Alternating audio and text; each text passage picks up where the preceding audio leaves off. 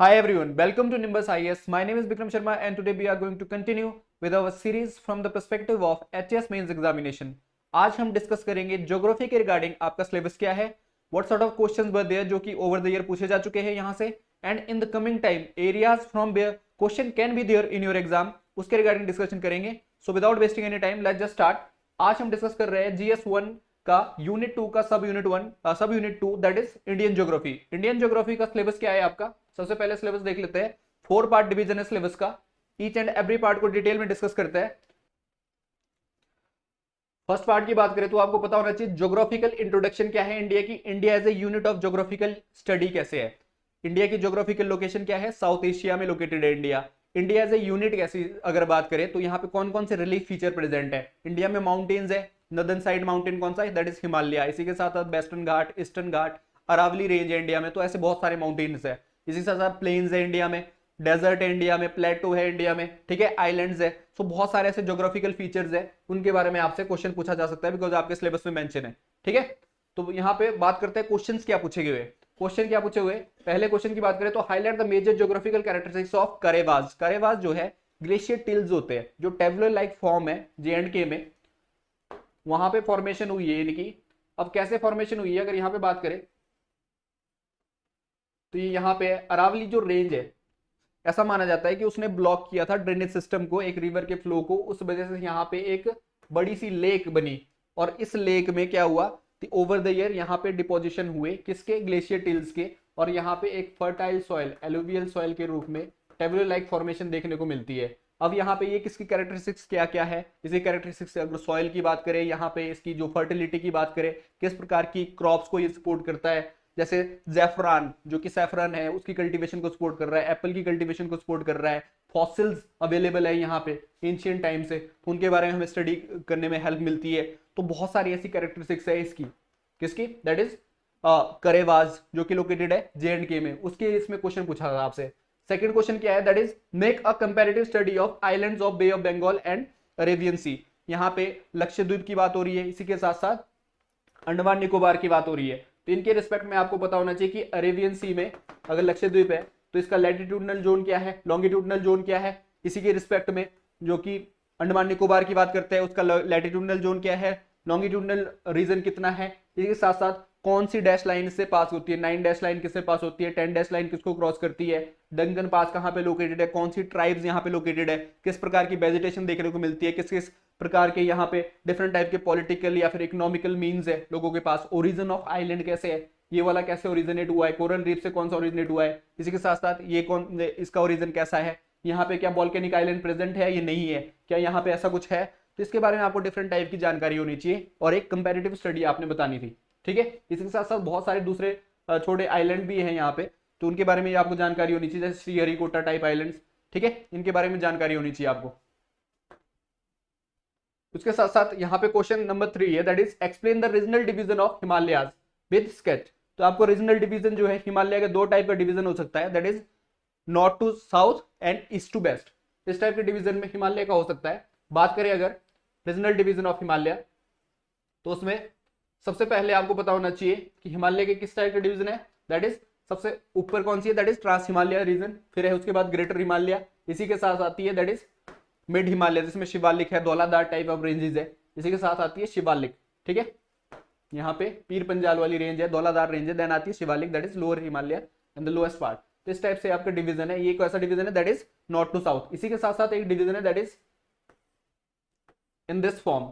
अब ये कैसा डिवीजन है, दैट इज अगर आप बात करें यहाँ पे वेस्टर्न पार्ट में, that is Punjab Himalaya from Indus to Sutlej, thereafter Sutlej to Kali river that is Kumaon Himalaya, thereafter Nepal Himalaya, Sikkim Himalaya and then Assam Himalaya that is Brahmaputra Himalaya. तो इस टाइप से हिमालय का डिवीजन जो है 2 टाइप से किया हुआ है. तो ये आपने बताना था किस किस रिवर के बीच ये डिवीजन हुआ है, उनके बारे में आपको जानकारी होनी चाहिए. ठीक है, ये क्वेश्चन पूछा गया था. इसी के साथ यहाँ पे इंपॉर्टेंट एरिया जहां से क्वेश्चन पूछा जा सकता है, एज आई सेड जैसे हिमालय पे क्वेश्चन पूछा गया है, उसका डिवीजन के बारे में क्वेश्चन पूछा गया है, तो क्वेश्चन हो सकता है कि इन द कमिंग टाइम पूछा जाए प्लेन्स के बारे में, क्वेश्चन हो सकता है कि प्लेटूज के बारे में पूछा जाए. तो रिस्पेक्टिव जो लैंड फॉर्म्स है उनके बारे में क्वेश्चन पूछा जा सकता है इन द कमिंग टाइम. ठीक है, बात करते हैं पार्ट सेकंड की. सेकंड पार्ट में क्या गिवन है आपका, that is aspects of physical geography of India. उसके डिफरेंट एस्पेक्ट के बारे में क्वेश्चन यहाँ पे सिलेबस गिवन है, दैट इज स्ट्रक्चर, किस प्रकार का स्ट्रक्चर है हमारा, कहाँ पे इग्नियस रॉक प्रेजेंट है, कहाँ पे मेटामॉर्फिक रॉक प्रेजेंट है, सेडिमेंट्री रॉक प्रेजेंट है, रिलीफ कौन कौन से है present, like as I said कि यहाँ पे माउंटेन्स भी प्रेजेंट है, प्लेन्स भी प्रेजेंट है, डेजर्ट भी प्रेजेंट है, प्लेटो भी प्रेजेंट है और आइलैंड्स भी प्रेजेंट है। तो डिफरेंट टाइप की डाइवर्सिटी देखने को मिलती है हमें रिलीफ में भी। इसी के साथ साथ क्लाइमेट कैसा है इंडिया का, इंडिया में क्लाइमेट में आपको क्या क्या चीजें देखने को मिलती है। अगर बात करें यहाँ पे तो ट्रॉपिकल क्लाइमेट भी है, टेम्परेट क्लाइमेट भी है इंडिया का क्लाइमेट, एल्पाइन क्लाइमेट भी देखने को मिलता है, सब एल्पाइन क्लाइमेट भी देखने को मिलता है, सब ट्रॉपिकल क्लाइमेट भी देखने को मिलता है, ठीक है। मॉइस्ट टेम्परेट या फिर मॉइस्ट ड्राई टेम्परेट क्लाइमेट भी देखने को मिलता है। तो इस टाइप के डिफरेंट टाइप के क्लाइमेट देखने को मिलते हैं इंडिया में, उनके बारे में आपको जानकारी होनी चाहिए, ठीक है। अगर यहाँ पे बात करें सॉइल के बारे में तो सॉइल कौन कौन सी सॉइल किधर मिलती है, यहाँ पे ब्लैक सॉइल कहाँ मिलती है, दैट इज डेक्कन का प्लेटो में, यहाँ पे मेजरली ब्लैक सॉइल मिलती है। इसी के साथ साथ एलुवियल सॉइल आपको प्लेन्स में देखने को मिलेगी। लेटराइट सॉइल कहाँ पे देखने को मिलेगी आपको, इस पार्ट में देखने को मिलेगी, इस पार्ट में देखने को मिलेगी। येलो सॉइल, रेड सॉइल कहाँ देखने को मिली, तो डिफरेंट टाइप की सॉइल्स है इंडिया में, डेजर्ट सॉइल प्रेजेंट है, सैलाइन सॉइल प्रेजेंट है, पेट सॉइल प्रेजेंट है, माउंटेनियस सॉइल प्रेजेंट है। तो डिफरेंट डिफरेंट टाइप की सॉइल्स है इंडिया में प्रेजेंट, तो उनके बारे में आपको जानकारी होनी चाहिए। अगर वेजिटेशन की बात करें, जहां पे बारिश ज्यादा होती है उसमें कहाँ कैसी टाइप की वेजिटेशन देखने को मिलेगी आपको, that will be evergreen vegetation. इसके साथ साथ सेमी एवरग्रीन वेजिटेशन होती है, फिर उसके बाद डिसिडियस टाइप ऑफ वेजिटेशन होती है मेजर पार्ट ऑफ इंडिया में। इसी के साथ साथ थॉर्न वेजिटेशन होती है जहां पे कम बारिश होती है, जैसे राजस्थान वाली बेल्ट में। एंड देन और कौन सी वेजिटेशन होती है, that is mountainous vegetation, and then that is mangrove littoral vegetation. तो डिफरेंट टाइप की वेजिटेशन प्रेजेंट है इंडिया में, उनके रिस्पेक्ट में आपसे क्वेश्चन पूछा जा सकता है। यहाँ अगर यहाँ पे जियोमॉर्फिक सेटअप की बात करें तो माउंटेन रेंजेस कौन कौन सी है, तो माउंटेन रेंजेस एक तो नॉर्दर्न साइड माउंटेन रेंजेस है and then peninsular mountain ranges है। अगर नॉर्दर्न साइड की बात करें तो यहाँ पे हिमालयन माउंटेन रेंज आती है। इसी के साथ साथ अरावली माउंटेन रेंज है, यहाँ पे राजस्थान वाली बेल्ट में, गुजरात वाली बेल्ट में अरावली माउंटेन रेंज देखने को मिलेगी। इसी के साथ साथ आपको यहाँ पे Vindhyachal mountain range, Satpura mountain range, different type की माउंटेन रेंजेस देखने को मिलेगी, मैकाल रेंज है। तो ये नॉर्दर्न साइड की माउंटेन रेंजेस है। एंड देन सदर्न साइड की माउंटेन रेंजेस में क्या क्या देखने को मिले आपको, ईस्टर्न घाट एंड वेस्टर्न घाट, उसके रिस्पेक्ट में आपसे क्वेश्चन पूछा जा सकता है। इसी के साथ साथ डिफरेंट टाइप के और हमारे सिलेबस में क्या गिवन है, दैट इज रिवर। रिवर में भी नॉर्दर्न साइड में कौन सी रिवर बहती है, अगर हिमालयन रिवर सिस्टम की बात करें तो यहाँ पे 3 टाइप के मेजर ड्रेनेज सिस्टम है, that is major river system है, that is Indus river system, Gangetic river system and Brahmaputra river system. अगर यहाँ पे बात करें इंदस रिवर सिस्टम की तो इसकी बहुत सारी ट्रिब्यूटरीज है जो कि फ्लो होती है। पहले तो इंदस खुद रिवर जो है इंडिया से फ्लो हो रही है, इंडिया से यहाँ से इसका एक तरीके से फ्लो हो रही है इंडिया के जम्मू कश्मीर लद्दाख वाली बेल्ट से।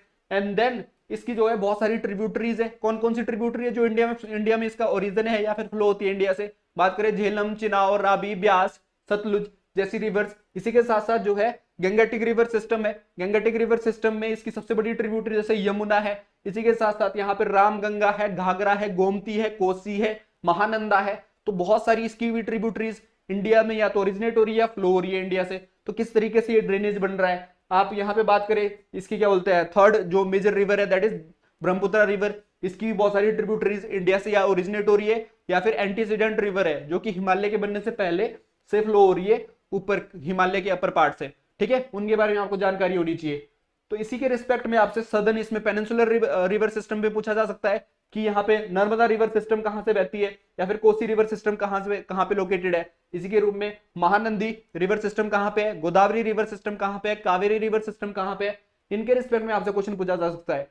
अदर वाटर बॉडीज की बात करें तो दूसरी वाटर बॉडीज कौन कौन सी है, आपसे लेक के बारे में क्वेश्चन पूछा जा सकता है, इंडिया के वेटलैंड्स के बारे में क्वेश्चन पूछा जा सकता है, इंडिया कहाँ पे कौन कौन से वेटलैंड लोकेटेड है, जैसे 75 वेटलैंड रिकॉग्नाइज्ड है, ठीक है। तो उसके बारे में आपसे क्वेश्चन पूछा जा सकता है। आपसे क्वेश्चन पूछा जा सकता है वाटरशेड एरियाज के बारे में। तो डिफरेंट टाइप के क्वेश्चन जो है वाटर बॉडीज से आपसे बन सकते हैं, ठीक है।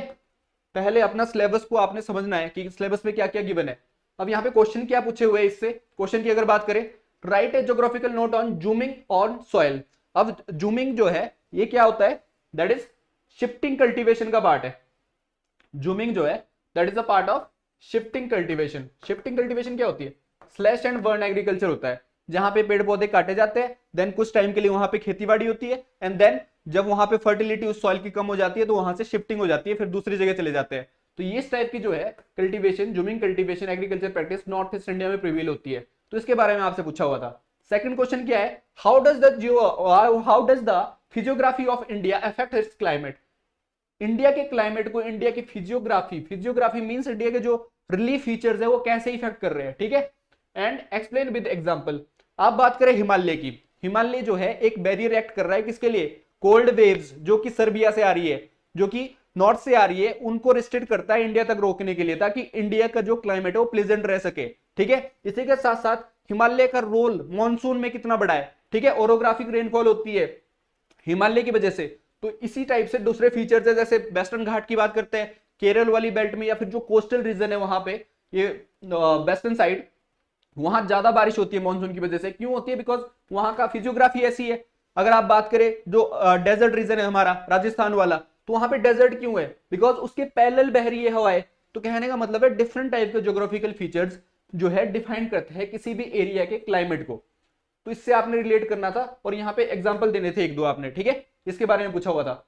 बात करते हैं थर्ड क्वेश्चन की। थर्ड क्वेश्चन क्या पूछा हुआ है, डिफाइन द येलो रेवोल्यूशन। किसके लिए है ये yellow revolution, that is oil seed के लिए। रेवोल्यूशन कब आया था ये, दैट इज 1987-88 के अराउंड।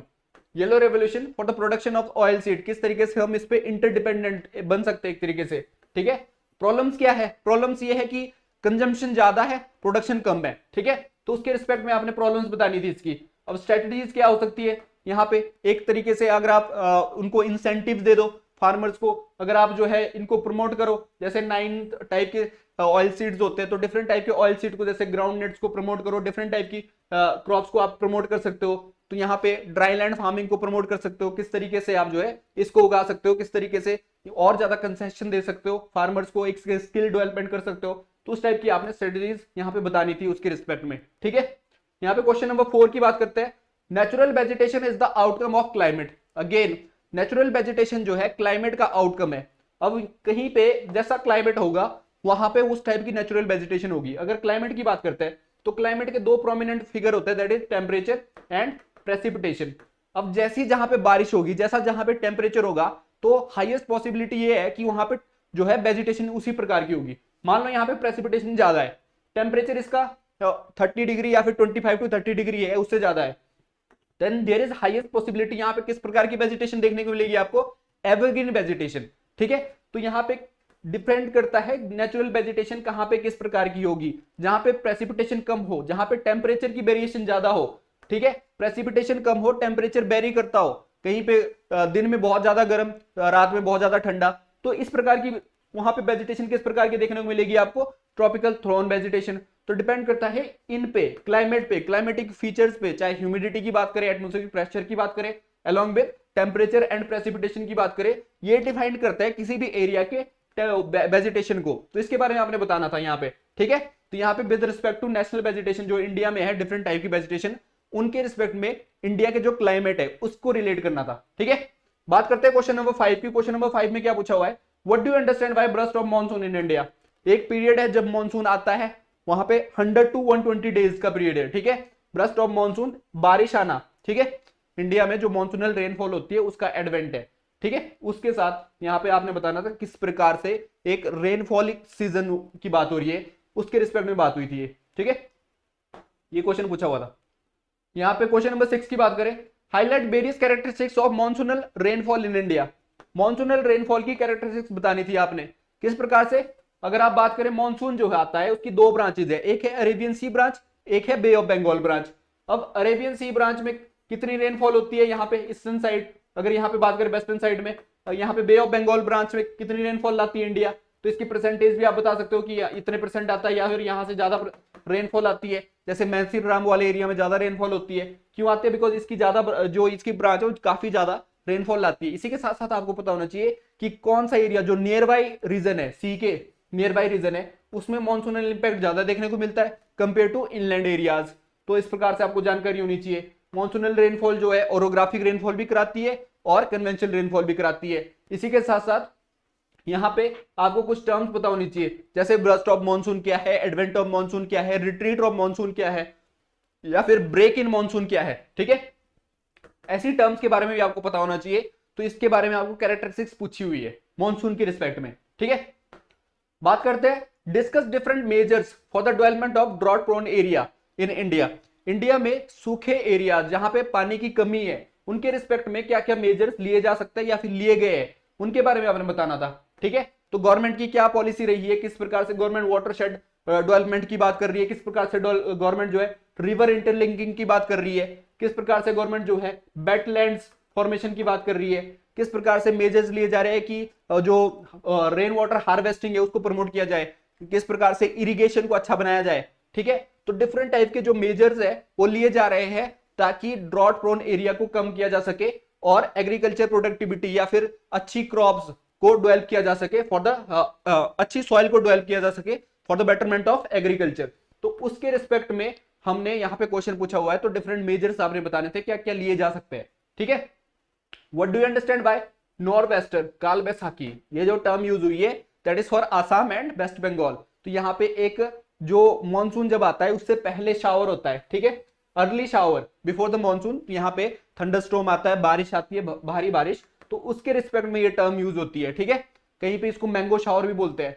तो यहाँ पे इसके रिस्पेक्ट में आपसे क्वेश्चन पूछा हुआ था कि इसको क्या बोलते हैं, ये क्या है। यहाँ पे अर्ली रेनफॉल है, early monsoonal rainfall in the region of West Bengal and Assam, उसके रिस्पेक्ट में क्वेश्चन पूछा हुआ था। मैनग्रोव फॉरेस्ट कहां पे लोकेटेड होता है, कोस्टल रीजन में। इंडिया के जितनी भी 9 स्टेट है कोस्टल रीजन में वहां पे प्रेजेंट है मैनग्रोव फॉरेस्ट। ठीक है, चाहे वेस्ट बंगाल की बात करें, गुजरात की बात करें, आंध्र प्रदेश की बात करें, अंडमान निकोबार की बात करें, हर जगह ये लोकेटेड है। तो ये किस प्रकार के इसके फीचर्स रहते हैं, किस प्रकार से ये जो है जैसे कोई डिजास्टर आता है उसको प्रिवेंट करता है हानि पहुंचाने से, जो मेनलैंड को उसका नुकसान हो सकता है। ठीक है, तो किस प्रकार से इसकी जो फीचर्स है उसके बारे में आपने मेंशन करना था, और ये लोकेशन कहाँ है इसकी। ठीक है, मैनग्रोव होते क्या है उसके रिस्पेक्ट में आपने बताना है। ठीक है, बात करते हैं क्वेश्चन नंबर 10 की, इसमें that is compare the eastern flowing and the western flowing rivers of the peninsular plateau. Eastern flowing river कौन सी है अगर बात करें, वेस्टर्न फ्लोइंग रिवर कौन सी है। ईस्टर्न फ्लोइंग में मेजर रिवर आती है साउथ इंडिया की, दैट इज बात करें गोदावरी की, कृष्णा की, या फिर कावेरी की along with Mahanadi, that is the eastern flowing river. ठीक है, यहां से बहती है, किसमें बहती है, that is Bay of Bengal में, और ये डेल्टा फॉर्म करती है eastern flowing river. Western flowing river में मेन रिवर कौन सी है, that is Narmada, Tapi main river है। इसके बाद तो जैसे पेरियार रिवर है, बहुत सारी दूसरी छोटी छोटी रिवर्स है। ठीक है, भरतपुर रिवर है, बहुत सारी डिफरेंट रिवर्स है जो कि इस साइड भी बहती है, वेस्टर्न साइड। अब उनकी लेंथ कितनी है, उनका ड्रेनेज सिस्टम कैसा है, क्या वो एस्ट्रीज फॉर्म कर रही है कि डेल्टा फॉर्म कर रही है, और बह कहां रही है, अरेबियन सी में बह रही है। ठीक है, ओरिजिन प्लेस कहां है, ईस्टर्न साइड है कि वेस्टर्न साइड है, वेस्टर्न घाट ओरिजिनल प्लेस है कि eastern Ghat origin of place है। तो उसके बारे में आपने कंपैरेटिव स्टडी देनी थी, किसके बारे में, eastern and western flowing river के बारे में क्वेश्चन पूछा हुआ था। ठीक है, इसके रिस्पेक्ट में बात करते हैं क्वेश्चन नंबर 11 की, that is defined cloud burst. Cloud burst होता है जो कि एकदम से एक छोटे से एरिया के अंदर बहुत भारी रेनफॉल, ठीक है, दैट इज क्लाउड बर्स्ट। उसके रूप में आपने बताना था, जैसे हिमाचल में रिसेंटली हुआ है, तो इसके रिस्पेक्ट में आपसे क्वेश्चन पूछा हुआ था। यहाँ पे क्वेश्चन है दैट इज क्रास्ट टोपोग्राफी। ये कौन सी टोपोग्राफी होती है, जहां पे लाइमस्टोन सरफेस होता है, लाइमस्टोन जहां पे एक्सेस में होता है उन एरिया में किस प्रकार से वाटर पर्कुलेट करता है, किस प्रकार से वो टोपोग्राफी फॉर्म करता है। किस प्रकार की टोपोग्राफी, जैसे बात करते हैं केव्स की फॉर्मेशन, केव्स की फॉर्मेशन होती है। ठीक है, यहाँ पे आपको एरिया देखने को मिलेगा, यहाँ पे caves, sink holes type landform देखने को मिलेंगे आपको, ओबालास देखने को मिलेंगे इसके टाइप से, अंदर केव देखने को मिलेगी आपको, स्टेलेक्टाइट स्टेलेग्माइट ऐसे फीचर्स देखने को मिलेंगे आपको। तो इस प्रकार के फीचर्स कहाँ बनते हैं, वहां पे जहां पे क्रास्ट टोपोग्राफी प्रेजेंट होती है। तो इसके रिस्पेक्ट में आपसे क्वेश्चन पूछा हुआ था। ठीक है, explain the type of drainage system in peninsular India. किस प्रकार का ड्रेनेज सिस्टम है, यहाँ पे ओल्ड रिवर्स है, सारी जितनी भी रिवर्स है। ठीक है, तो यहाँ पे ड्रेनेज सिस्टम किस प्रकार से है, किस प्रकार से, चाहे डेंड्रेटिक पैटर्न की बात करें चाहे रेडियल पैटर्न की बात करें, तो किस किस प्रकार का ड्रेनेज सिस्टम है। जैसे ज्यादातर ड्रेनेज सिस्टम डेंड्रेटिक पैटर्न का कहाँ है, दैट इज नॉर्दर्न साइड। यहाँ पे किस प्रकार का ड्रेनेज सिस्टम देखने को मिलता है आपको, टेरेल टाइप का ड्रेनेज सिस्टम मिलता है आपको देखने को। तो डिफरेंट टाइप के जो ड्रेनेज सिस्टम है उनके बारे में आपको पता होना चाहिए, और साउथ इंडिया का ड्रेनेज सिस्टम के बारे में पता होना चाहिए। और यहाँ पे बिकॉज हार्ड रॉक है ज्यादातर प्रेजेंट, तो इरोजन कम होता है, तो उसके रिस्पेक्ट में किस प्रकार का ड्रेनेज सिस्टम बनता है, तो उसके रिस्पेक्ट में क्वेश्चन पूछा हुआ था आपसे। ठीक है, उसके साथ साथ क्वेश्चन है what are the controlling factors of Indian climate. Indian climate को क्या फैक्टर कंट्रोल करते हैं। अब जैसे ज्योग्राफिकल फैक्टर्स है, कंट्रोल करते हैं इंडियन क्लाइमेट को, माउंटेन्स की लोकेशन, डेजर्ट की लोकेशन, हर एक लोकेशन जो है वैसे वो भी क्लाइमेट से ही इन्फ्लुएंस्ड है, और यहाँ पे क्लाइमेट को भी वो कंट्रोल करते हैं। ठीक है, तो किस प्रकार से कंट्रोलिंग फैक्टर रहे हैं इंडियन क्लाइमेट के, ज्योग्राफिकल लोकेशंस इंडियन क्लाइमेट को कंट्रोल करता है, ठीक है, उसके रिस्पेक्ट में आपने आंसर देना था अपना। यहाँ पे बात करते हैं क्वेश्चन नंबर 15 की, while defining natural vegetation discuss various factors affecting the distribution of natural vegetation in India. सबसे पहले आपने नेचुरल वेजिटेशन को डिफाइन करना था, नेचुरल वेजिटेशन को डिफाइन करना था कि नेचुरल वेजिटेशन होती क्या है, चाहे माशी लैंड है, ग्रासलैंड्स है, या फिर बात करें ट्रीज की, हर चीज को एक कंप्राइज करती है किसको, वेजिटेशन को, नेचुरल वेजिटेशन को। और नेचुरल वेजिटेशन के फैक्टर्स क्या है, वेरियस फैक्टर जो कि इफेक्ट करते हैं नेचुरल वेजिटेशन को। कौन से फैक्टर इफेक्ट करते हैं, वहां की प्रेसिपिटेशन इफेक्ट करती है, वहां का टेम्परेचर इफेक्ट करेगा, वहां की ह्यूमिडिटी इफेक्ट करेगी, ठीक है, एटमॉस्फेरिक प्रेशर इफेक्ट करेगा, वहां के ज्योग्राफिकल फीचर्स जो रिलीफ फीचर्स है वो इफेक्ट करेंगे, ठीक है। तो किस प्रकार से क्लाइमेटोलॉजिकल फीचर्स या फिर एंथ्रोपोजेनिक एक्टिविटीज या फिर डिफरेंट टाइप के जो एस्पेक्ट्स है वो इफेक्ट कर सकता है किसको, नेचुरल वेजिटेशन को, वो आपने बताना था। तो यहाँ पे बात करते हैं what is river regime. River regime क्या होता है, रिवर का फ्लो, कई बार सीजनल फ्लो ज्यादा होता है, सीजनल वेरिएशन होता है ना फ्लो का रिवर का, उसके रिस्पेक्ट में आपको पता होना चाहिए। River regime in the sense कि कई बार फ्लो आपको ज्यादा देखने को मिलेगा रिवर का, कई बार फ्लो जो है घट जाता है, गर्मियों में ऐसा देखने को मिलता है। तो किस प्रकार से वेरिएशन आता है रिवर फ्लो में, that is called river regime, ठीक है। यहाँ पे इंपॉर्टेंट एरिया जहां से क्वेश्चन पूछे जा सकता है, आपको सॉइल के बारे में क्वेश्चन पूछा जा सकता है, उसके डिफरेंट एस्पेक्ट्स के बारे में क्वेश्चन पूछा जा सकता है। इसके साथ साथ माउंटेन रेंजेस का कंपैरिजन हो सकता है कि northern mountain range southern mountain range से कैसे वेरी करती है। यहाँ पे रिवर सिस्टम का कंपैरिजन हो सकता है, northern and southern river system का, Himalayan river system and peninsular river system, कि इसका ओरिजिन बेस्ड डिवीजन अलग है, नेचर ऑफ फ्लो कैसा है, ठीक है, इस प्रकार से नेचर ऑफ ओरिजिन कैसा है। तो इस प्रकार से आपसे क्वेश्चन बन सकता है। And then Bay of Bengal and Arabian Sea के डिफरेंट आइलैंड्स है, सिर्फ लक्षद्वीप एंड अंडमान निकोबार ही नहीं है, दूसरे भी बहुत सारे आइलैंड है उसके अराउंड, उनके बारे में भी आपको कंपैरेटिव स्टडी पता होनी चाहिए, ठीक है, उसके रिस्पेक्ट में भी आपसे क्वेश्चन पूछा जा सकता है। बात करते हैं थर्ड पार्ट के, that is human aspect. Human aspects में आपका सिलेबस क्या है, that is population distribution. India में किस प्रकार से पॉपुलेशन डिस्ट्रीब्यूशन देखने को मिलता है, जैसे अगर बात करें नॉर्थ इंडिया में, नॉर्थ इंडिया के इंडो गंगेटिक प्लेन में, वहां पे कैसी पॉपुलेशन देखने को मिलती है आपको, that is highest density population की। अगर आप बात करें बिहार की, यूपी की, इसी तरीके से वेस्ट बंगाल वाले रीजन की, तो यहाँ पे पॉपुलेशन डेंसिटी कैसी है, दैट इज मोर, यहाँ पे हाईएस्ट पॉपुलेशन डेंसिटी है इंडिया में इस रिस्पेक्ट में, ठीक है। अगर आप साउथ इंडिया में देखोगे तो उसके रिस्पेक्ट में कम पॉपुलेशन डेंसिटी है। उसी के साथ साथ नॉर्थ ईस्ट इंडिया में सिक्किम जैसे इलाके, अरुणाचल प्रदेश जैसे रीजन जो है, यहाँ पे पॉपुलेशन डेंसिटी बहुत कम है, पॉपुलेशन की जो डेंसिटी है that is very less compare to the population density that is located here.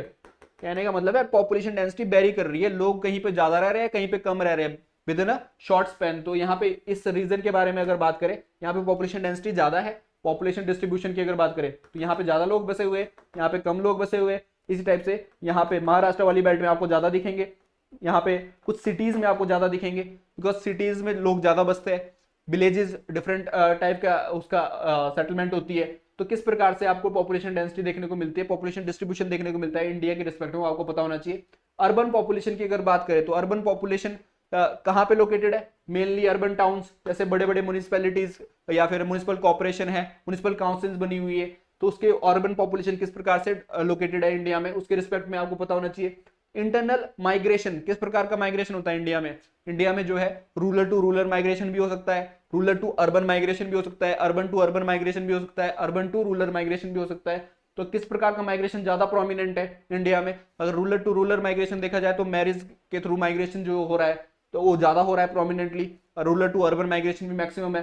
तो इसके रिस्पेक्ट में आपको जानकारी होनी चाहिए, ठीक है। लैंग्वेजेस, कितने प्रकार की लैंग्वेज बोली जाती है, हमारा कॉन्स्टिट्यूशन रिकॉग्नाइज करता है 22 लैंग्वेजेस को, लेकिन डिफरेंट टाइप की लैंग्वेजेस इंडिया में, उसके साथ साथ डायलेक्ट बहुत सारे हैं, ठीक है। तो उसके रिस्पेक्ट में आपको पता होना चाहिए कि कौन कौन सी प्रोमिनेंट लैंग्वेजेस, जैसे रिसेंटली जो केस चला था वन नेशन वन लैंग्वेज वाला, उसके रिस्पेक्ट में भी आपको आपके व्यूज पूछे जा सकते हैं, ठीक है। अगर लिटरेसी की बात करें, लिटरेसी इंडिया में कौन से डिस्ट्रिक्ट में ज्यादा लिटरेसी या फिर कौन से स्टेट में लिटरेसी ज्यादा है, केरल की बात करें तो वहां पे ज्यादा लिटरेसी देखने को मिलती है। साउथ इंडिया की एज ए होल बात करें तो ज्यादा लिटरेसी है कंपेयर टू नॉर्थ इंडिया। इसके पीछे फैक्टर्स क्या है, रीजंस क्या है, उसके बारे में आपको स्टडी पता होनी चाहिए, ठीक है। तो ऐसा क्वेश्चन बन सकता है कि कहां पे लिटरेसी वेरिएशन क्या है इंडिया में, उसके रिस्पेक्ट में, ठीक है। Villages and towns in India, किस प्रकार से टाउन्स की कंस्ट्रक्शन हुई है, किस प्रकार से विलेजेस इंडिया में है, उनके रिस्पेक्ट में आपसे क्वेश्चन पूछा जा सकता है कि उनकी वेरिएशन क्या है, टाउन में क्या वेरिएशन आया है, विलेजेस में क्या वेरिएशन आया है, किस प्रकार से उनकी लोकेशन है, ठीक है, उनकी फॉर्मेशन कैसे है, उनके रिस्पेक्ट में आपसे क्वेश्चन पूछा जा सकता है। यहाँ पे क्वेश्चंस की अगर बात करें, क्वेश्चन क्या पूछा गया है, how can depleting ground water resources be made effective in urban areas of India. India के जो अर्बन एरियाज में है, जैसे ग्राउंड वाटर डिप्लेट हो रहा है, जो प्रोमिनेंट रीजन है इंडिया के अंदर जहां पे ग्राउंड वाटर डिप्लेशन आपको देखने को मिलता है, जैसे हरियाणा है या फिर पंजाब है, यहाँ पे ग्राउंड वाटर डिप्लेशन देखने को मिलता है। इसी टाइप से जहां पे ज्यादा एक्सप्लॉयटेशन हो रहा है ग्राउंड वाटर का, ठीक है, उनके रिस्पेक्ट में आपको पता होना चाहिए। यहाँ पे पूछा हुआ है अर्बन एरिया के लिए कि ground water depletion urban area में हो रहा है, तो उसके लिए हम क्या क्या प्रोविजन कर सकते हैं। यहाँ पे सोशल फॉरेस्ट्री को प्रमोट किया जा सकता है, कम्युनिटी फॉरेस्ट्री को प्रमोट किया जा सकता है। इसी के साथ साथ और क्या किया जा सकता है, अवेयरनेस कैंपेन चलाए जा सकते हैं, ऐसी स्कीम चलाई जा सकती है जहां पे जो है ड्रेनेज सिस्टम को बेटर किया जाए, रेन वाटर हार्वेस्टिंग को प्रमोट किया जाए। तो इस टाइप के आपने प्रोविजन देने थे यहाँ पे, ठीक है, इसके रिस्पेक्ट में क्वेश्चन था ये। यहाँ पे सेकंड क्वेश्चन क्या है, analyse the distribution of population in India with special reference to areas of very high and low density के एरियाज के बारे में आपने बताना था। तो पॉपुलेशन डिस्ट्रीब्यूशन कैसा है इंडिया में, इंडिया में पॉपुलेशन जो है हाईएस्ट रहती है इंडो गैंजेटिक प्लेन्स में, ठीक है। साउथ इंडिया में भी कुछ रीजन में पॉपुलेशन ज्यादा है, तमिलनाडु की बात करें, महाराष्ट्र वाली बेल्ट की बात करें तो यहाँ पे पॉपुलेशन डेंसिटी ज्यादा है, ठीक है। नॉर्थ इंडिया में बात करें तो वेस्ट बंगाल है, बिहार है, यूपी है, ये ज्यादा प्रोमिनेंटली पॉपुलेशन डिस्ट्रीब्यूशन यहाँ पे ज्यादा देखने को मिलती है पॉपुलेशन उस रिस्पेक्ट में, ठीक है। अब यहाँ पे आपने देना है कि हाईएस्ट पॉपुलेशन डिस्ट्रीब्यूशन कहाँ पे है। हाईएस्ट अगर बात करें तो नॉर्थ इंडिया के उसी प्लेन की बात कर रहा हूं मैं, ठीक है। वहां पे सबसे हाईएस्ट पॉपुलेशन डिस्ट्रीब्यूशन है, वो क्यों है, उसके रीजन देने हैं आपने कि वही एग्रीकल्चर एरिया है, इंडस्ट्रियल एरिया है, किस प्रकार से यहाँ पे जो है सर्वाइवल हो सकता है, ठीक है, लोगों का वहां पे ज्यादा बसते हैं ना लोग, जहां पे सर्वाइवल की पॉसिबिलिटी ज्यादा है, ठीक है। तो उस हिसाब से यहाँ पे आपको रीजन देने हैं। इसी की टाइप से लो पॉपुलेशन डेंसिटी कहाँ पे है, low population density north east India में बहुत कम पॉपुलेशन है। उनका रीजन भी चाहे हिस्टोरिक रीजन भी हो सकता है, वहां पे ज्योग्राफिकल रीजन भी हो सकता है, पॉलिटिकल रीजन भी हो सकते हैं। तो डिफरेंट टाइप के रीजंस आपको यहाँ पे दे सकते हो आप, ठीक है। और किस प्रकार से यहाँ पे लोकेटेड है, डिफरेंट टाइप की डेंसिटीज वेरिएशन है, नॉर्थ ईस्टर्न इंडिया में डिफरेंट है और मेनलैंड इंडिया फिर नॉर्थ इंडिया में आपको डिफरेंट टाइप की पॉपुलेशन डेंसिटी देखने को मिलती है, हाई पॉपुलेशन डेंसिटी देखने को मिलती है, ठीक है। हिमालयाज में कम है इस रिस्पेक्ट में, लेकिन प्लेन्स में पॉपुलेशन डेंसिटी ज्यादा होती है, ठीक है। यहां पे बात करते हैं थर्ड क्वेश्चन की। थर्ड क्वेश्चन क्या है, that is classify Indian cities and towns on the basis of specialised function, जो फंक्शंस के लिए पॉपुलर है वो, ठीक है। Give suitable example. मान लो मुंबई है तो मुंबई किसके लिए फेमस है, Bombay, that is film city, ठीक है। तो यहाँ पे डिफरेंट टाइप की सिटीज जो है डिफरेंट टाइप की इसके लिए फेमस है। जैसे एडमिनिस्ट्रेटिव सिटीज, इसमें सबसे फेमस क्या है, दैट इज दिल्ली इटसेल्फ। लेकिन जो जितने भी हमारे स्टेट्स है या फिर यूटी है, इनकी अपनी कैपिटल है तो भी एक एडमिनिस्ट्रेटिव सिटी में आती है। इस टाइप से जो है इंडस्ट्रियल टाउन्स भी है, इंडस्ट्रियल टाउन भिलई की बात करें या फिर जमशेदपुर की बात करें तो ये इंडस्ट्रियल टाउन में आते हैं। तो डिफरेंट टाइप की वेरिएशन है सिटीज में, कोई टेक्सटाइल इंडस्ट्री के लिए फेमस है, कोई लेदर इंडस्ट्री के लिए फेमस है, कोई एल्यूमिनियम इंडस्ट्री के लिए फेमस है, कोई डिफरेंट टाइप की इंडस्ट्रीज के लिए फेमस है, ठीक है। तो उसके रिस्पेक्ट में आपने बताना था कहीं पे एजुकेशनल हब कौन सा है इंडिया में, या फिर रिलीजियस टाउन कौन से इंडिया में, या फिर टूरिज्म टाउन कौन से इंडिया में। तो उसके रिस्पेक्ट में आपसे यहाँ पे क्वेश्चन पूछा हुआ, तो यहाँ पे एग्जांपल दे सकते हो आप रिलीजियस टाउन्स के कौन से, जैसे वाराणसी टाइप एग्जांपल दे सकते हो आप। ऐसे ही टूरिज्म टाउन कौन से, जैसे शिमला मसूरी टाइप टाउन्स, उनके एग्जांपल दे सकते हो आप, ठीक है। उनके रिस्पेक्ट में क्वेश्चन पूछा था। तो यहाँ पे write a detail essay on the various facades of population composition in India. अब यहाँ पे फैसेट्स बताने हैं आपने पॉपुलेशन कंपोजिशन ऑफ इंडिया की, किस तरीके से पॉपुलेशन का इंडिया में कंपोजिशन हुआ है, उसके पीछे ज्योग्राफिकल रीजन भी रहे, पॉलिटिकल रीजन भी रहे, ठीक है, हिस्टोरिकल रीजन भी रहे, इकोनॉमिकल रीजन भी रहे। तो किस प्रकार से इंडिया में पॉपुलेशन डिस्ट्रीब्यूशन रहा है, हिमालयाज में क्यों कम पॉपुलेशन है, या फिर नॉर्थ ईस्टर्न इंडिया में क्यों कम पॉपुलेशन है, या फिर जो नदर्न प्लेन्स है वहां पे पॉपुलेशन ज्यादा देखने को मिल रही है। एट अबाउट 40% इंडिया की पॉपुलेशन जो है वहीं पे लोकेटेड है, ठीक है। सदर्न इंडिया में पॉपुलेशन डेंसिटी ज्यादा है कि कम है, उसके रिस्पेक्ट में आपके व्यूज है। तो यहाँ पे आपने उसके डिटेल ऐसे देना था उसका, and it was asked on 120 words में आपने इसको बताना था, ठीक है। 2017 में क्वेश्चन पूछा हुआ था ये। इसी के साथ साथ जो एरियाज है जहां से क्वेश्चन पूछा जा सकता है आपसे, एरियाज क्या है, that is demographic distribution at urban and rural level, आपसे क्वेश्चन पूछा जा सकता है। इसी टाइप से लैंग्वेज के बेस पे क्वेश्चन पूछा जा सकता है। वन नेशन वन लैंग्वेज का जो कॉन्सेप्ट है, क्या ये सही कॉन्सेप्ट है कि गलत कॉन्सेप्ट है, ठीक है। तो उसके रिस्पेक्ट में आपने व्यूज देने हैं। इसी के साथ साथ लिटरेसी इन इंडिया, इंडिया में लिटरेसी वेरिएशन कैसा है, फैक्टर्स क्या है उसके पीछे, साउथ इंडिया ज्यादा लिटरेट क्यों है compare to North India, impact क्या है, ठीक है, आने वाले टाइम में क्या क्या स्कीम्स हम इंट्रोड्यूस कर सकते हैं in order to increase that literacy level, चाहे नॉर्थ इंडिया की बात करें, ठीक है, तो किस प्रकार से हम यहाँ पे स्कीम्स इंप्लीमेंट कर सकते हैं, प्रोग्राम्स इंप्लीमेंट किया जा सकता है, ठीक है, लिटरेसी लेवल को इनहेंस करने के लिए, इसके रिस्पेक्ट में आपने व्यूज देने अपने, इस बारे में आपसे पूछा जा सकता है, ठीक है। फोर्थ पार्ट की बात करें that is settlement, industry and transport. Settlement system की रूरल सेटलमेंट कैसा है, अर्बन सेटलमेंट कैसा है, टाउन्स कैसे होता है, म्युनिसिपैलिटीज कैसी होती है, म्युनिसिपल काउंसिल कैसी होती है, म्युनिसिपल कॉर्पोरेशन कैसे बनती है, उसके रिस्पेक्ट में अगर आप विलेज सेटलमेंट की बात करें तो क्लस्टर फॉर्मेशन होती है, ठीक है, न्यूक्लियस सिटी, न्यूक्लियर विलेजेस होते हैं, ठीक है, हेमलेट्स बने होते हैं, तो उनके रिस्पेक्ट में आपको जानकारी होनी चाहिए। इंडस्ट्रीज की बात करें तो डिफरेंट टाइप की इंडस्ट्रीज है इंडिया में, ठीक है, जैसे अगर आप टेक्सटाइल इंडस्ट्रीज की बात करें, आप आयरन एंड स्टील इंडस्ट्रीज की बात करें, एल्यूमिनियम इंडस्ट्रीज की बात करें, पेपर इंडस्ट्रीज की बात करें, तो different type of industries in India. उसके रिस्पेक्ट में आपसे क्वेश्चन पूछा जा सकता है कि मान लो एक शुगर इंडस्ट्री है, तो शुगर इंडस्ट्रीज के कहां पे लोकेटेड है, उसके रीजन बताओ, टेक्सटाइल इंडस्ट्रीज कहां पे लोकेटेड है, उसके रीजन बताओ, क्यों लोकेटेड है वहां पे, ठीक है, या फिर टेक्सटाइल इंडस्ट्रीज में ओवर द ईयर क्या क्या चेंजेस आए हैं, तो उसके रिस्पेक्ट में आपसे क्वेश्चन पूछा जा सकता है, ठीक है, जैसे शुगर इंडस्ट्रीज से क्वेश्चन ऑलरेडी पूछा जा चुका है, ठीक है। यहाँ पे ट्रांसपोर्ट की बात करते हैं तो ट्रांसपोर्ट से रिगार्डिंग जो है स्कीमें भी पूछी जाती है एग्जाम में, ट्रांसपोर्ट के रिगार्डिंग जो है इंडिया के इनिशिएटिव भी पूछे जा सकते हैं एग्जाम में। ट्रांसपोर्टेशन इंडिया में वैसे मेनली 4 टाइप का है, 4 टाइप का ही होता है मेनली, कौन सा, दैट इज अगर आप एयरवेज की बात करें, वाटर बेस की बात करें, जो ट्रांसपोर्टेशन सिस्टम है, इसी के साथ साथ रेलवे है एंड अलोंग विद रोडवेज, तो इस टाइप के ट्रांसपोर्टेशन सिस्टम अवेलेबल है, इनके रिस्पेक्ट में आपको जानकारी होनी चाहिए, ठीक है। बात करते हैं क्वेश्चंस की, क्वेश्चन क्या पूछे हुए, explain the factors responsible for the distribution of sugar industry in India.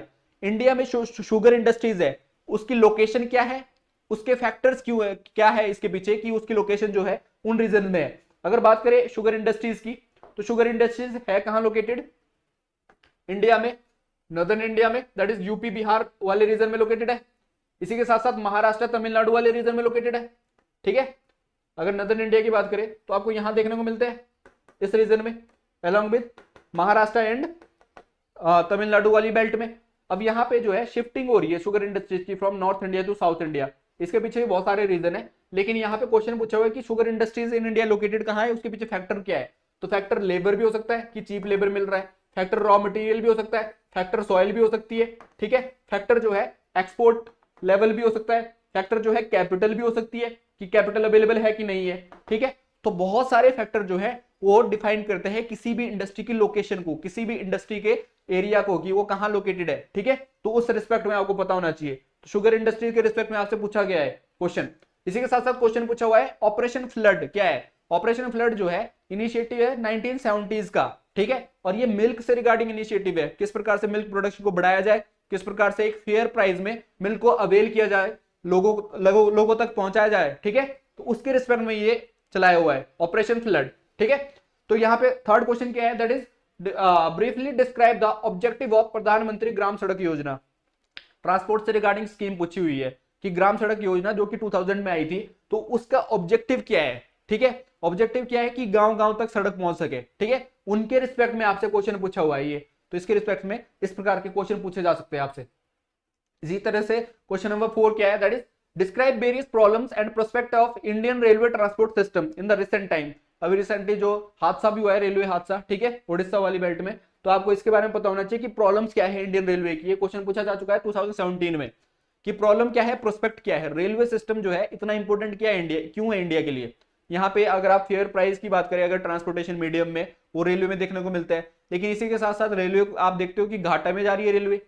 Railway जो है इंडिया में एज ए फिजिकल डेफिसिट में जा रही है रेलवे, ठीक है, एक तरीके से बर्डन सम है गवर्नमेंट के लिए, लेकिन इसी के साथ साथ गवर्नमेंट जो है एडवांसमेंट ला रही है रेलवे में। यहाँ पे जापान की टेक्नोलॉजी इंप्लीमेंट की जा रही है रेलवे की, तो डिफरेंट टाइप की रेलवेज इंट्रोड्यूस हो रही है, प्राइवेटाइजेशन आ रहा है रेलवे में, तो डिफरेंट टाइप की इनिशिएटिव आप मेंशन कर सकते हो, इस तरह से प्रॉब्लम्स भी मेंशन कर सकते हो, किस तरीके से एफिशिएंसी नहीं है रेलवे में, किस तरीके से यहाँ पे जो है रेलवे में देखने को मिल रहा है आपको कि यहाँ के जो रेलवे के जो इंस्ट्रूमेंट है उनको लोग चोरी करके ले जाते हैं, या फिर रेलवे की जो पटरीज है उनकी में जो में क्या बोलते हैं प्रॉपर मैपिंग नहीं होती, प्रॉपर ये नहीं देखा जाता है उसकी कि भाई वहां से कुछ गड़बड़ तो नहीं है, उसके रिस्पेक्ट में कुछ हादसा तो नहीं हो सकता है, ठीक है, तो उनके रिस्पेक्ट में आपको प्रॉपर मॉनिटरिंग होनी चाहिए इनकी, प्रॉपर में जो है रिमोट सेंसिंग टाइप चीजें होनी चाहिए, ताकि यहाँ पे कोई ऐसे हादसे इन द कमिंग टाइम ना हो। ठीक है, तो रेलवे के लिए कुछ जो इनिशिएटिव लिए हुए हैं वो आप यहाँ पे मेंशन कर सकते हो।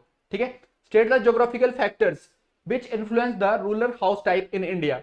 यहाँ पे ज्योग्राफिकल फैक्टर्स के बारे में आपने बताना है। जैसे अगर आप बात करो तो रूरल हाउस कहाँ बनेगा, जहां पर वाटर अवेलेबल हो, तो रिवर के नजदीक बन सकता है। ठीक है, रूरल हाउस कहाँ बनेंगे, जहां पे अच्छी क्रॉप के लिए सॉइल अवेलेबल हो, फर्टाइल सॉइल हो। ठीक है, वहां पे बन सकते हैं। कहने का मतलब है जहां पे लोग जो है अपने कल्चर को चेरिश कर सकते हैं, अपने सर्वाइवल के लिए उनके पास मीडियम है अवेलेबल, रॉ मटेरियल अवेलेबल है, इसके साथ साथ मार्केट नियर बाई है जहां पे वो मार्केट में अपनी क्रॉप को सेल भी कर सकते हैं। तो इसका मतलब है कि एक रूरल हाउस होल्ड कहां पे बन सकता है। ठीक है, उनके रिस्पेक्ट में आपको ज्योग्राफिकल फैक्टर्स देने थे यहाँ पे, चाहे आप माउंटेन्स की बात करो, चाहे आप ड्रेनेज सिस्टम की बात करो, वहां के क्लाइमेट की बात करो, किस प्रकार का क्लाइमेट रहेगा वहां पे। तो बहुत सारे फैक्टर जो है वो जो है डिफाइन करते हैं किसी रूरल हाउस होल्ड के रीजन को, कि वहां पर वो एक रूरल हाउस होल्ड होगा। ठीक है, इंडिया के रिस्पेक्ट में बात करें 6 क्वेश्चन की, that is describe the changing morphology in rural settlement in India.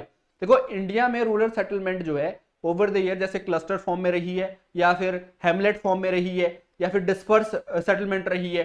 तो डिफरेंट टाइप की रूरल सेटलमेंट है इंडिया में। लेकिन आपको with the advancement in technology, with globalisation, यहाँ पे चेंजेस देखने को मिले हैं। पहले क्या होता था, जो मेन कास्ट है या फिर रिच कास्ट है, जो कि हायर कास्ट मानी जाती है, वो सेंटर में रहती थी। ठीक है, या फिर जो लोअर कास्ट में लोग माने जाते थे वो डिस्पर्स होते थे बाहर वाले रीजन में। जैसे यहाँ पे एक रूरल इलाका है, तो यहाँ पे मेन रीजन में कौन रहेगा, that is upper caste people, and lower caste people जो है डिस्पर्स होते थे इधर उधर। ठीक है, लेकिन अब जो है ये माइंडसेट भी चेंज हो रहा है, यहाँ पे ये कंस्ट्रक्शन भी चेंज हो रहा है हमारे रूरल हाउस होल्ड का। यहाँ के साथ साथ पक्के मकान, पक्का हाउसेस बनने स्टार्ट हो गए। ठीक है, लोग जो है रोड कनेक्टिविटी स्टार्ट हो गई है, डिफरेंट टाइप की कनेक्टिविटी स्टार्ट हो गई है, इंटरनेट अवेलेबिलिटी स्टार्ट हो गई है। तो रूरल जो मॉर्फोलो अगर आप सेटलमेंट की बात करें तो डिफरेंट टाइप के वेरिएशन आई है उसमें ओवर द ईयर। तो उसके रिस्पेक्ट में आपने जो है अपना आंसर देना था। ठीक है, किस प्रकार के चेंजेस आए हैं इसमें रूरल सेटलमेंट में, इसके रिस्पेक्ट में आपसे क्वेश्चन पूछा हुआ था। बात करते हैं इंपॉर्टेंट एरियाज जहां से क्वेश्चन पूछा जा सकता है। इंपॉर्टेंट एरियाज में क्या है, different rural and urban settlement patterns. Urban settlement के पैटर्न्स क्या क्या है, रूरल सेटलमेंट के पैटर्न्स क्या क्या है, इनके रिस्पेक्ट में क्वेश्चन पूछा जा सकता है। इंपॉर्टेंट इंडस्ट्रीज इंडिया में, जैसे शुगर इंडस्ट्री से क्वेश्चन पूछा हुआ है, तो इन द कमिंग टाइम हो सकता है किसी और इंडस्ट्री से क्वेश्चन पूछ ले। ठीक है, उसकी लोकेशन वहां पे क्यों है वो लोकेशन, या फिर उसके factors behind that location, and along with current time में किस प्रकार के चेंजेस उसमें देखने को मिल रहे हैं हमें, उसके रिस्पेक्ट में क्वेश्चन पूछा जा सकता है। ठीक है, इसी के साथ साथ हमारी कुछ बुक्स है जो आप अवेल कर सकते हो। हमारी एचएस मेंस की लिए यहाँ पे एक प्रॉपर बुक है जहां पे ओवर द ईयर जितने भी पेपर हुए हैं उनके सॉल्व आंसर आपको अवेलेबल मिलेंगे इस बुक में, that is GS book for HS mains. यहाँ पे इसी के साथ साथ हिंदी और इंग्लिश के सॉल्व क्वेश्चन पेपर्स आपको अवेलेबल मिलेंगे, चाहे एचएस की बात करें, चाहे एनटी की बात करें, चाहे एलाइड सर्विसेज की बात करें। एंड देन हमारा जो इकोनॉमिक सर्वे है और बजट की बुक है वो भी आप अवेल कर सकते हो, बिकॉज ये प्री और मेन पॉइंट ऑफ व्यू दोनों के लिए आपको हेल्पफुल रहेगी। इसी के साथ साथ ये जो है सारे अवेलेबल है all the major stores all over, आपको ये अवेलेबल मिल जाएंगे। एंड हमारी एक और सीरीज चल रही है दैट इज 42 टेस्ट की सीरीज है, इसको भी आप अवेल कर सकते हो। इसमें हम 2 to 3 टेस्ट वीकली कंडक्ट कराते हैं और एक्सपर्ट इस टेस्ट को इवेल्युएट करते हैं। आपको यहाँ पे मॉडल आंसर भी मिलेंगे इसके, और ये आप परचेज कर सकते हो जस्ट फॉर 4999 ओनली। जो बच्चे जो है इस साल अपियर होंगे इस एग्जाम के लिए, एचएस के लिए, उनके लिए एक सेपरेट टेस्ट सीरीज हमारी चल रही है जिसमें 16 टेस्ट कंडक्ट कराए जाएंगे। वो टेस्ट सीरीज भी आप अवेल कर सकते हो। और उसके लिए आप जो है इन केस आपका कोई भी डाउट है आप जो है nimbusies.com पे कनेक्ट कर सकते हो हमारे से, वहां पे साइट पे आपको हमारा नंबर भी मिल जाएगा। That's it for today, thank you and have a nice day.